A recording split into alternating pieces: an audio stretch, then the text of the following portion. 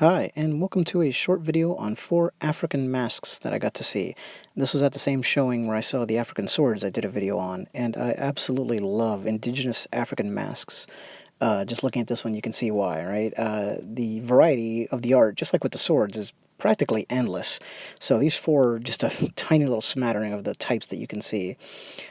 This one here is, I love this one. It has kind of an abstract sci-fi look almost to me. It's a Natoma Mask. All my pronunciations will be horrible, I'm sure. But from what is today Mali, from the Marca people, and this would have been used in a initiation ritual, like for a young man. So the star and moon there, you can see on both sides, that represents an Muslim influence, but this is obviously not something you would use as a practicing Muslim. So it just shows the the religion working its way through Africa and affecting the indigenous art. I think that's really cool. This superstructure here, even the expert that wrote up the description of this had no idea what that represents. So we may never know. It's pretty cool. The white that you see on top of the wood there, it's hard to tell what it is. That's sheet metal. And this was a calling card of the Marca, and it gives it a real distinctive look that I definitely like. It's hard to get this whole thing on frame because it's so big, and unfortunately there's a lot of shaky cam here because I was at the actual gallery looking like a maniac taping this. Love the eyes, love really everything about this. It's very, very cool.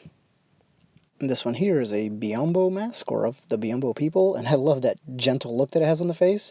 But the dots that you see below the eyes and above on the hairline represent ritual scarification, so not so gentle after all. Over here we've got one that represents, this is a female mask. It would be worn by a male dancer.